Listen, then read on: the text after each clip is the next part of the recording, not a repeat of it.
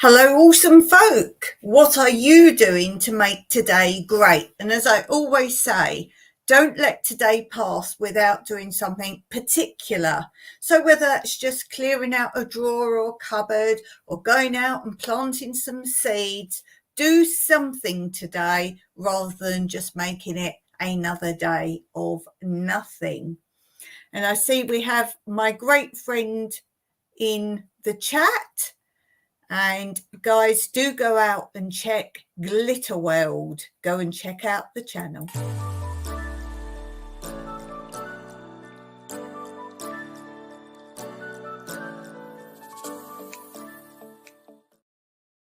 And did you know, Glitter World, that you can actually see some yoga? I know you're quite into your yoga.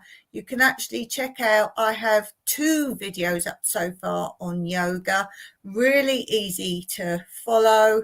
You can go and have a look at that, and that's on one of my other channels. I'll just run it on the bottom there. Everything Dance, your mentor. And I have been doing shorts on that channel every day for the last few days, showing you a different yoga position.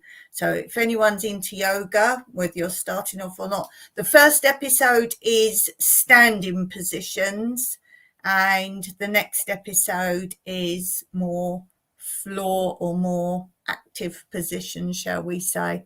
So guys, do go and check out Everything Dance, your mentor, and go and see what I've got there. And as I say, with all my channels, go and check out the playlist, because a lot of them are so vast of what I do on the channels, even the dance one. Go and look through the playlist, and then you can find exactly what you're looking for. On the dance channel, of course, I do dance subjects as well as many other things, like my life story of my professional dance career. That can be found in my lives on that channel.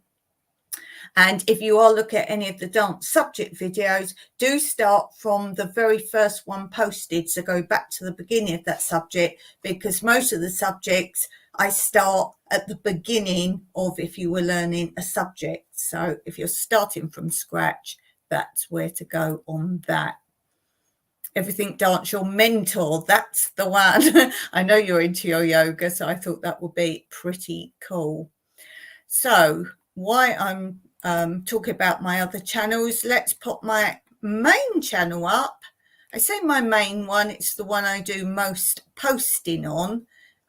It's just this channel is more crafts and odds and ends. But if you haven't checked out my other channel, that's New Beginnings, my everyday life in rural Cyprus, particularly if you're more into the gardening.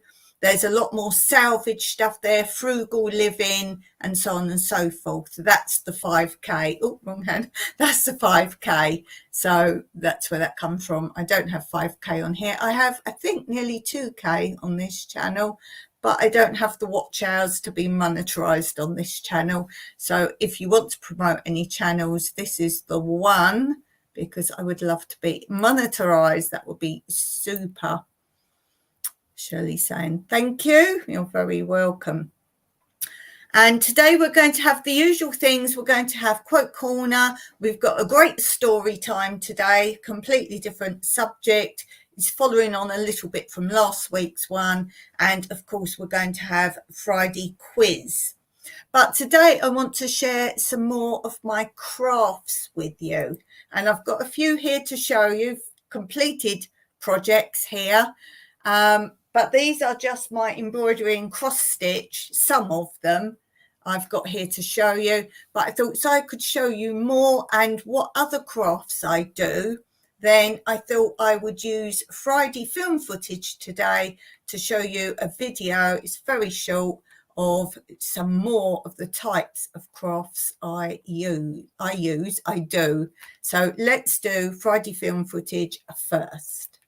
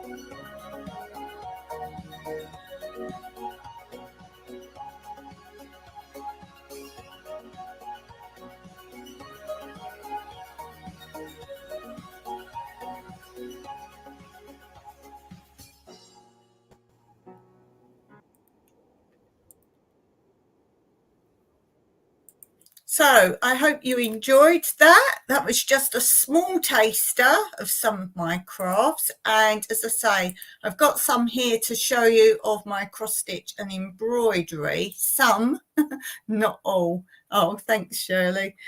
Okay, so let me show you these.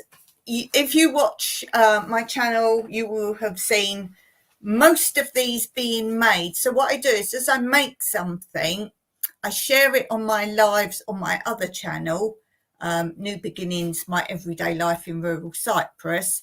I show it on my lives, and then I take a picture of each stage of making something, and then I put those all together as one video. So if you want to see any of these things being made, the first thing was I had this apron, and it's really for gardening. It's not a cookery apron. It's plasticky kind of, but I realized these areas were aerated holes.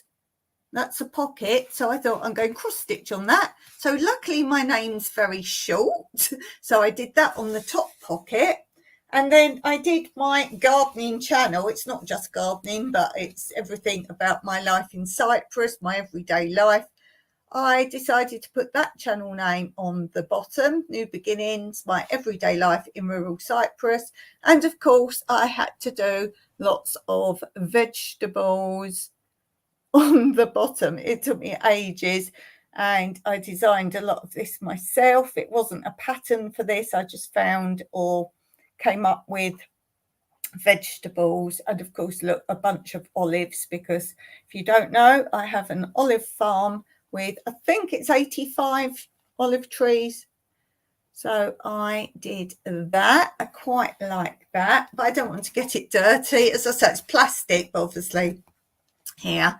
So what I can do when it's hot here is fold that bit over and just wear the bottom bit for, if I'm tying up things in the garden, for example, I can put the ties in the pocket with the scissors. This is like a double pocket at the front, and do that. So that is one of the things, that's one of the things I really like. I don't like just making cross stitch, for example, because that's what I mostly do. I don't like making cross stitch and then just making a picture on the wall. I don't have much wall space, and I don't want to be getting frames. So I like to make useful things. You guys are quite handy. We're not naturally handy. Mike never learnt to do any building. He taught himself to do everything he does, and I never grew a single thing till I moved here. I have no idea. I just try things out and it works. And yeah, cross stitch, my big sister got me into that not that long ago, and I enjoy that. It's quite good. But you like my veg, yes. So that's one. This one, if you watch my other channels lives, Wednesday, I'm now showing every Wednesday progress of whatever cross stitch I'm currently doing, and Monday lives on my other channel, I'm now showing my embroidery every week progress. So I've got 2 projects on the go at once. This is the one most recently finished of the cross stitch on that channel, if any of you saw that on my live. And what I've done for now is I've got so many to do. I'm making them and just putting them in a Ziploc bag. And then when I've got lots, I'm going to consider what to make them all into. So you'll see some things I have made into things, some things not. So we have that one. I think that's really pretty. Really pretty. It was so hard to do because as you're doing it, you can't actually see the patterns developing until you step away.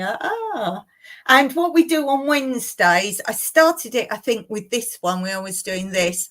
But as I say, I show each week how much I've progressed with the item I'm making or sewing, and I get people to guess what they think it is and see if people can guess before it's finished. This is something, my experiment. We were going around some festival fete type thing, and where they have lots of stalls, and they were giving away these bags. Now on the other side was printed something I didn't want to advertise. I didn't want to go walking around with it, so I considered using it inside out. And then I thought, no, cross stitch on it and cover it up. So I had to do a big square to cover it up. And what I did a design on paper, on squared paper. Then I pinned that on and then cross stitched over the paper. As you cross stitch, the paper will come out. So you've got to do like line, line, line, really like that. If you want to have it on something you want to wash, of course the paper comes off, but you could end up, if you wanted the paper out, just pick it off. If you don't want to bother with that, it will just disappear as you stitch over any paper that's left. And I did Fred and Wilma, and it was hard to get Wilma the size I wanted her to go with Fred and fit on this square. That's why I've done the grey background, because that was the only way I could cover up the advertising. And I think that works pretty good, does it not? I'm really pleased with this one. And if you saw my story about doing this one, I ran out of the grey. And it wasn't a brand where you could just find the number again. But you will see I got a auction win. I won cross-stitch stuff. I'm always finding thread, salvaging it from places, or what they call charity shops or anything like that. And I got a grey that matched. So, yeah, I'm quite pleased with that one. So I have that one. That obviously is finished, like the apron. This isn't mine. This is one of my volunteers came, and this from her country, she said, is very traditional pattern, and she gifted that to us on arrival. So that's not mine, but that goes there with this stuff. What else have I done? Oh, this was my first embroidery. That snail you saw in the Friday film footage was the only embroidery I'd ever done at school, in my first year of high school. And I haven't done any since then. Couldn't remember how to do anything. And then one of my viewers sent me a kit to do, and it didn't tell you what stitches to do, but it had a few listed how to do them, and you kind of put them anywhere. And I did this. That's one of my cats you can hear coming. So I did that. You had to just do your own stitches wherever you wanted to do your stitches. And from that, I went to a charity shop and I got myself some embroidery stitch books. So there's that. The cat wants to come up. You pick the cat up because he's trying to come up. Oh, he's on my lap now. Oh, kiss his tail. Hello everyone. Oh, there's your head. It's Mr. Colin Waffles. It's Mr. Colin Waffles. He came to me last live. I think it was on my other channel. Is it my other channel? I'm not sure. He came on one of my lives last week and he was too late. I just clicked end stream. But you saw Kit, one of my other cats, in the video. Okay, then this one I'd actually done for a friend that was going to get married. And as soon as they said they would get married and set a date, I started doing this for them. So I did this. Why do you still have it done? Well, because I was going to put their names and date on, and that was all I hadn't done. I was going to put their wedding dates, and I was going to see if I could make it into a cover for a photo album or something like that. But luckily, before I got to doing their names and date, they called off the wedding. So I still have that. This one, if you know, I have my own stage school, and the colour of the uniform was Kingfisher blue. And so I did this one, and that was to put up on the wall. As you can see, it never went on the wall. So I did that. It's a real pattern, but the pattern is the bears in those positions. The bears aren't wearing those outfits, and I have changed the pattern a little bit. But that was that one. Is that all I've got to show you? No, I'll put those ones back in there. They're all the ones in the bag. So as I say, I'm collecting them all in a bag as they are done. I have done more, but they're, I've got one of 3 little cottages. That's framed and that's up on my wall. So obviously I can't get that one down for you. Oh, this one, I can show you this one. Let me just move these out of the way. This one happens to be standing on my desk. I have 2 desks, one desk here, one desk here. I did this one because I thought I didn't have anything garden-y. Now this I kind of did my own picture. So I've taken different aspects of other patterns, little bits out of different patterns and made a garden. I had to create my own path. I had to create the fence. I did find a pattern for that water spring in front of the fence, but it was far too big and I had to mess around with that to get that to fit. So I thought I needed something garden. So there. What I'm currently showing on my Monday lives on my other channel, my embroidery, I'm outlining this. Again, I'm trying to work on paper. It's a colouring book picture and I'm back stitching just to create an outline, and then I'm going to take the paper off and then embroider that.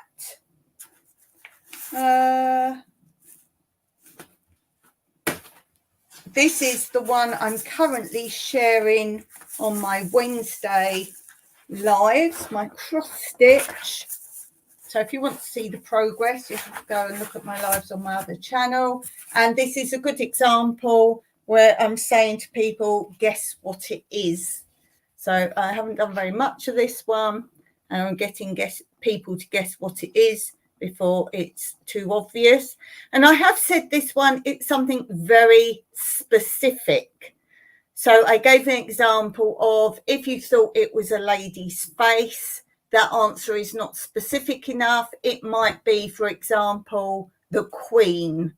So I want a very specific answer. Again, if you think it's a building, that answer isn't specific enough because it might be the Taj Mahal. So something like that. So it's got to be a very specific answer. And then the last thing I've got to show you. Oh, I can't show you. This is a pattern book.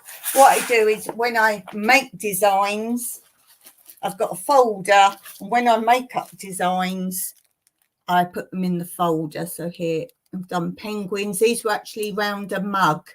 You can buy like plastic mugs where it has the cross stitch material inserted in sort of 2 inner bits.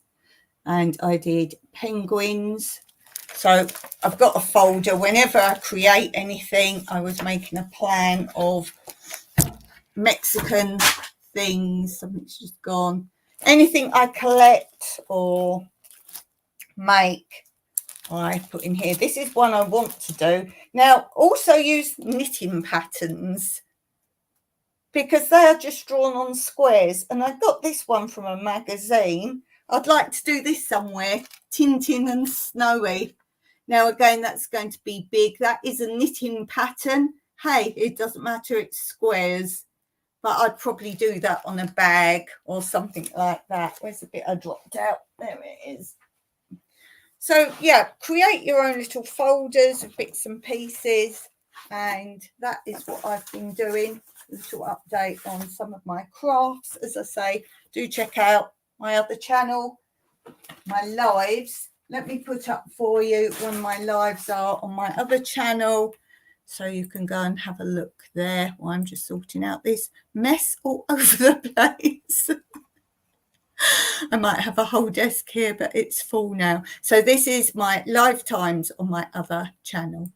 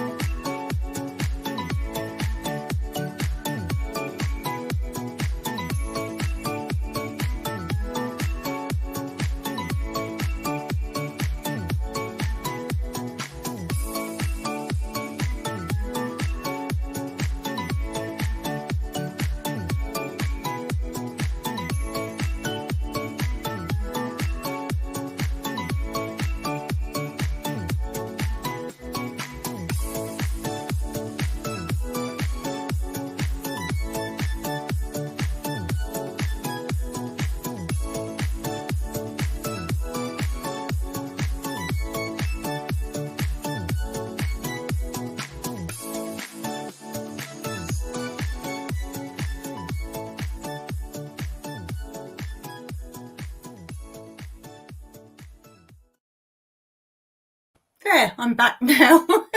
My desk is clear. It was all piling up. I knew it was all going to go over everywhere, so just needed a quick little tidy up there for sure. Okay, Shirley says, see you then. Okay, no, I'm still here. I just had to clear all that up out the way. Okay, let's go on. Let's move on to this.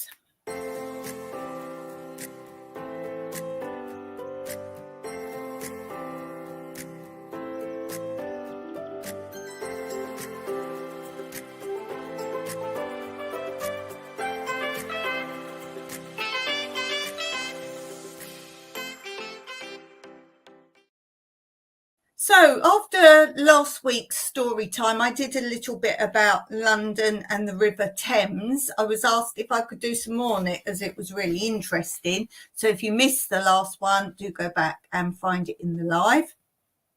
And so you don't have to watch the whole live. That's why I do these little interlude pieces, so you can quickly fast forward till you see that little interlude bit to tell you it's story time. So I'll carry on from where we got to. It says the river divided and bridged.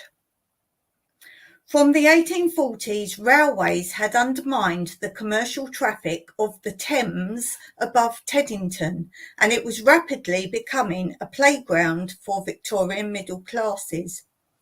Books appearing extolling the great romantic pleasures of the sweet Thames, fishermen's punts becoming the vessels for Victorian leisure, animals emerging along the banks with Wind in the Willows, and the rowing regattas began. I just had to shut the window there.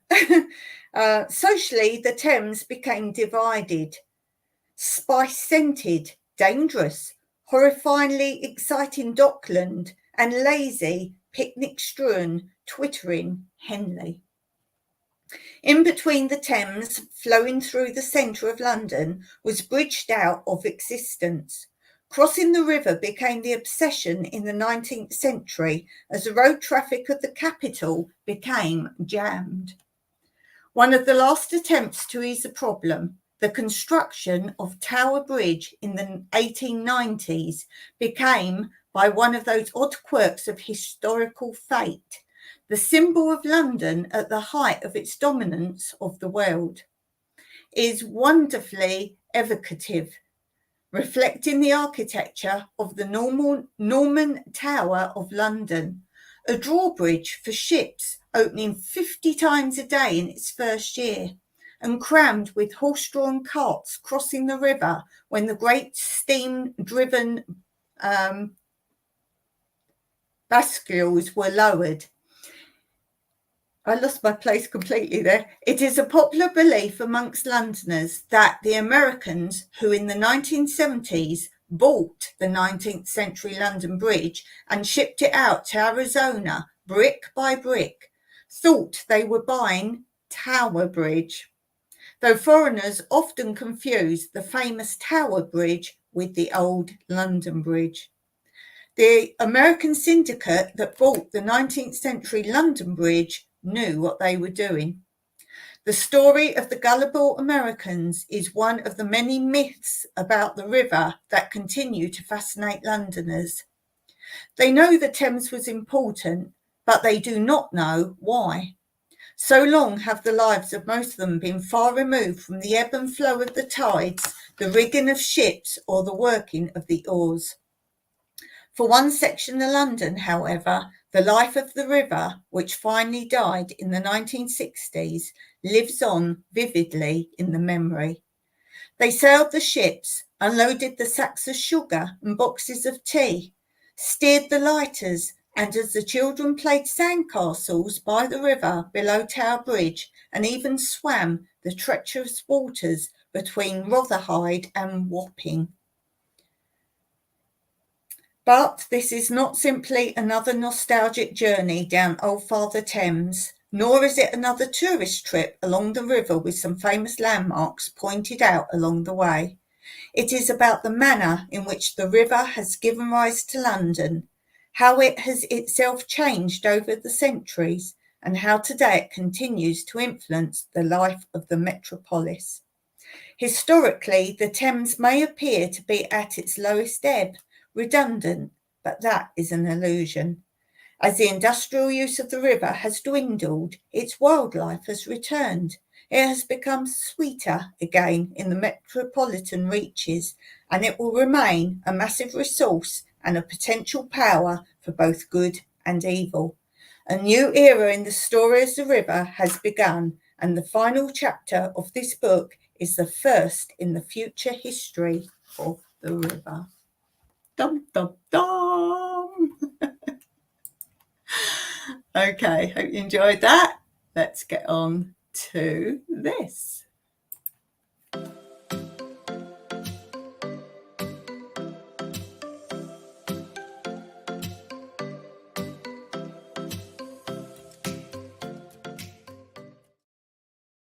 Okay, so the quiz today, I thought we would do volcanoes and earthquakes. Ooh, volcanoes and earthquakes. The first question, what letter R is the scale used to measure the strength of earthquakes?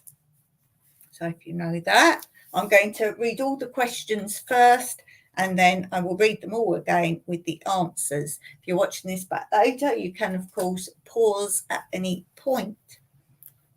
The second question, which are thicker, continental plates or ocean plates? Ooh. Next question, are most earthquakes strong enough to destroy buildings? So the average earthquake. The next question, how thick is the Earth's mantle? Is it 290 kilometres or 2,900 kilometres, the Earth's mantle? The next question, do ridges form where plates move together or where they move apart? Do ridges form where plates move together or where they move apart? The next question, earthquakes are common where plates slide past one another. Is this true or is this false? Earthquakes are common where plates slide past one another. True or false? Next question, Japan is situated where two plates meet. Is this true or is this false? Japan is situated where two plates meet. Is this true or is this false? The next question, what letter L, or beginning with the letter L, is the molten rock released by volcanic eruption? What letter L is the molten rock released by a volcanic eruption? Next question, what letter F is the force produced by plates sliding past each other? What letter F is the force produced by plates sliding past each other? Two more questions. If you rearrange the letters cuboid nuts, CUBOIDNUTS, if you rearrange those letters, what would you get for the name of what type of plate movement? And the last question, volcanoes may occur where two plates are moving apart. Is this true or is this false? Okay, let's run through the answers. First one, what letter R is the scale used to measure the strength of earthquakes? And the answer is Richter scale. What are thicker, continental plates or oceanic plates? And the answer is continental plates. The next question was, are most earthquakes strong enough to destroy buildings? And the answer is no. The next question was, how thick is the Earth's mantle? 290 kilometres or 2,900 kilometres? And the answer is 2,900 kilometres. The next question was, do ridges form where plates move together or where they move apart? And of course, the answer is where they move apart. Next question was, earthquakes are common where plates slide past one another. Is this true or is this false? And the answer is true. The next one was, Japan is situated where two plates meet. Is this true or is this false? It is true. The next question was, what letter L is the molten rock released by a volcanic eruption? And of course, that is lava. The next question was, what letter F is the force produced by plates sliding past each other? And that is friction. Now you know the answer. Of course you knew that. If you rearrange the letters cuboid nuts, what name would that give you of what type of plate movement? And that is subduction. I wonder if you got that. Tell me in the comments below if you got that one. And the last question was, volcanoes may occur where two plates are moving apart. Is this true or is this false? And the answer is true. I wonder how much you knew. Let me know how many you got right. That would be really good to know. Okay, we haven't done Friday Quote Corner yet, so let's pop over and do that.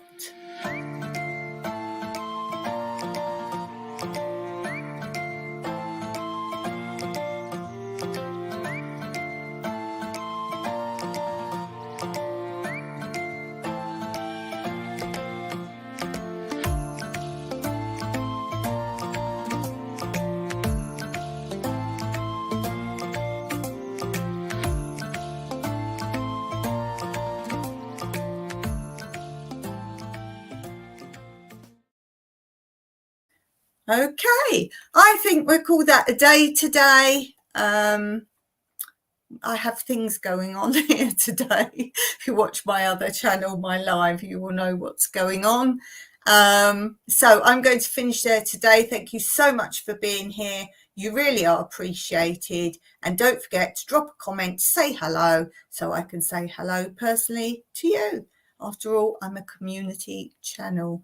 So I hope you've had a good day so far. If it's the beginning of your day, today's going to be great.